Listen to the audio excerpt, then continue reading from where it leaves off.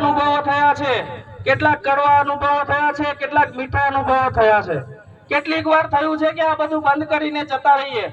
મેં પણ કેટલી વાર મારા સમિતિના છોકરાઓ જોડે ઝઘડ્યો અને એમ કહી દઉં કે હું જતો રહું. પણ મારો એક અનુભવ રહ્યો છે કે જ્યારે પણ હું આ ગોગંબા છોડીને મેં નાનપણથી મોટો વડોદરામાં થયો, ત્યાં ભણ્યો ગણ્યો અને અહીંયા આવ્યો, અને જ્યારે પણ સમિતિ છોડીને વડોદરા જવાનું નક્કી કરું ત્યારે કુદરત અને આ બાબો દેવ ગમે તે રીતે મને કોઈ પણ બાને પાછો આ ગોગંબામાં લાવે છે. મેં આજે આદિવાસી યુવા સમિતિમાં કે પછી ગોગંબા તાલુકામાં મને સૌથી વધારે પ્રેમ અને સન્માન મળેલું છે. એ બદલ સમગ્ર સમાજનો હું આભારી છું. પણ આદિવાસી યુવા સમિતિ એ કોઈ એક માણસથી નથી ચાલતી. આદિવાસી યુવા સમિતિમાં પહેલા 300 જેટલા કાર્યકર્તાઓ હતા, આજે 1000 જેટલા કાર્યકર્તાઓ છે, જે દિવસ અને રાતને એક કરીને અને સમાજ માટે પોતાનું છોડીને દોડે છે.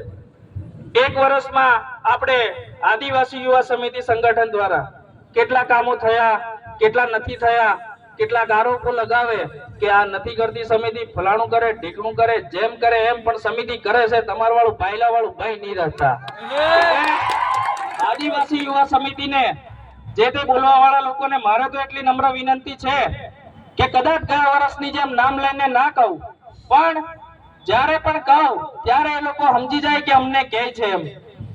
આજે એક વર્ષની અંદર અમે લોકોએ ગોગંબા તાલુકાનો જે સર્વે કાઢ્યો છે, એ સર્વેની અંદર એક વર્ષની અંદર આપણે જે કામ કર્યું છે, ટૂંકમાં કહું તો આપણે આ સંગઠન ચાલુ તો 6 વર્ષથી થયું, પણ આ સંગઠનને જમીન પર કામ કરી 1 વર્ષ થયું.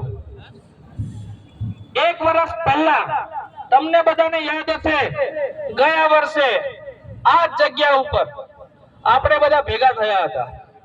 એ પહેલા 8 તારીખે પ્રશાસન એટલે કે પોલીસ અને અધિકારીઓના ખભે બંદૂક મૂકી આપણી રેલીની પરમિશન અટકાવેલી. એ પણ યાદ હશે કે અટકાયા પછી આદિવાસી યુવા સમિતિએ લડત આપી અને રાતે 10 વાગે મામલતદારને એને કચેરીમાં જ્યાં સેન્ટ્રલ એસી છે ત્યાં એને પરસેવો થતા સહી કરી અને આપણી રેલીની પરમિશન આપી હતી. એ વાત 1 વર્ષ પહેલાની છે. પણ હવે એવું છે કે સમિતિ આવે છે, માથાકૂટ કરો નહીં, કણે એનોને કામ કાઢીને આપતા રહો, ભેગા થતા જાય તે આપણાથી બીજે કદેક પૈસા લેવાય નહીં, તો અહીંયા ઉભા હોય તો આપણાથી કશું હોવે નહીં. કહેવાનો મતલબ 1 વર્ષની અંદર આદિવાસી યુવા સમિતિએ અને સમિતિમાં કામ કરતા છોકરાઓએ ગોગંબા તાલુકામાં એક છાપ છોડી છે કે આવયા હાવાડા છે, નાડી જાત છે, આવયા નમતું મેલે નહીં. અને 1 વર્ષની અંદર ગોગંબા તાલુકાના આદિવાસીઓને સ્વાભિમાનથી જીવતા શીખવાડ્યું છે. એક સમય હતો આપણને રાઠવી, નાયકડું, ડામરિયું કરીને બોલાવતા હતા. કેટલાય અધિકારીઓ હતા, કેટલી કચેરીઓ હતી, અહીંયા આપણે આપણા ન્યાય માટે બી જતા હતા ને સાહેબ, ત્યારે હું લેવાયેલો છે, ચાલ જા, તને કોઈ બોલાવ્યો એમ કરીને આપણને કહેતા હતા. પણ 1 વર્ષમાં આ બધું બંધ થયું છે. એ બંધ કરવા વાળી અને લોકોને આત્મસન્માનથી, સ્વાભિમાનથી, ટૂંકમાં રાઠવી ભાષામાં કહું કે આદિવાસી ભાષામાં કહું તો ઇજ્જતથી જીવતા શીખવાડ્યું હોય ગોગંબા તાલુકામાં કોઈને, આદિવાસી સમાજને, તો એ આદિવાસી યુવા સમિતિ છે.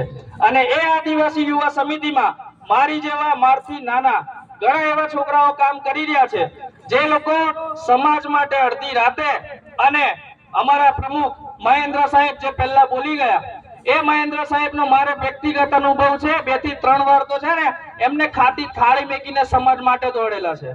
એવા હજારો કાર્યકર્તાઓ માટે એકવાર જોરદાર તાળીઓ થઈ જાય.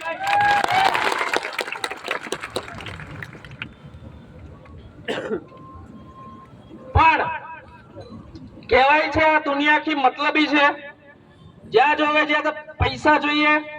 આજે પૈસાનું પ્રમાણ એટલું બધું અને એની ઇજ્જત એટલી બધી વધી ગઈ છે કે પૈસા ના હોય તો આપણી ઇજ્જત 1 પૈસાની પણ રહેતી નથી. આપણને ઘરના બી ઇજ્જત ના આપે. આ આદિવાસી યુવા સમિતિએ પણ કામ કરવા માટે ક્યાંક ને ક્યાંક પૈસાઓની જરૂર પડેલી છે, પણ આદિવાસી યુવા સમિતિમાં કામ કરતા છોકરાઓ જોડે ઇન્કમ ફિક્સ નથી હોતી અને ઘરની જવાબદારી અને કેટલી વાર તો એમને એવી હોય કે તેઓ ઘરે પણ ના કહી શકતા, એટલે પોતે મેનેજ કરવાનું હોય. એટલે પૈસા બાબતે પણ જ્યારે આપણને અગવડ પડી છે અને પૈસાની કંઈક જરૂર પડી છે સમિતિને, તો તમે બધા જ ઓળખો છો એવા ઘોગંબા તાલુકામાં એકમાત્ર મર્દ ડોક્ટર જયરામ રાઠવા, જે દિવસ અને રાત આદિવાસી યુવા સમિતિ જોડે ઉભા રહેલા છે, એવા ડોક્ટર જયરામ માટે તાલીઓ ફરી એકવાર થઈ જાય. અને પેલું કહેવાય એમ આપણા સમાજમાં ખબર હશે, પુરુષ ગમે એટલો હારો હોય, આજ ગમે એટલો હારો હોય, પણ જો બાયડી બગડેલી નીકળે, કાઠું નહીં લગાડતા હોય, હાસલી વાત કરવા માંડી રહ્યો, બાયડી ની જવા દે પેલાથી દવાઈ ની. એટલે ડોક્ટર જયરામ તે વારલો માણસ હોય, પણ એમને કોઈ દિવસ આદિવાસી યુવા સમિતિમાં રોકટોક કર્યા વગર એમની મરજી મુતાબિક અને સમિતિને જરૂર પડે ત્યાં જ્યારે પણ હાથ લંબાયો ત્યારે ડોક્ટર જયરામે મદદ કરી છે. પણ કોઈ દિવસ આપણા રોહિણી બેન, એમના ઘરવાળી મેં મારી બેન માનું છું એવી રોહિણી બેન માટે પણ એકવાર તાળીઓ થઈ જાય.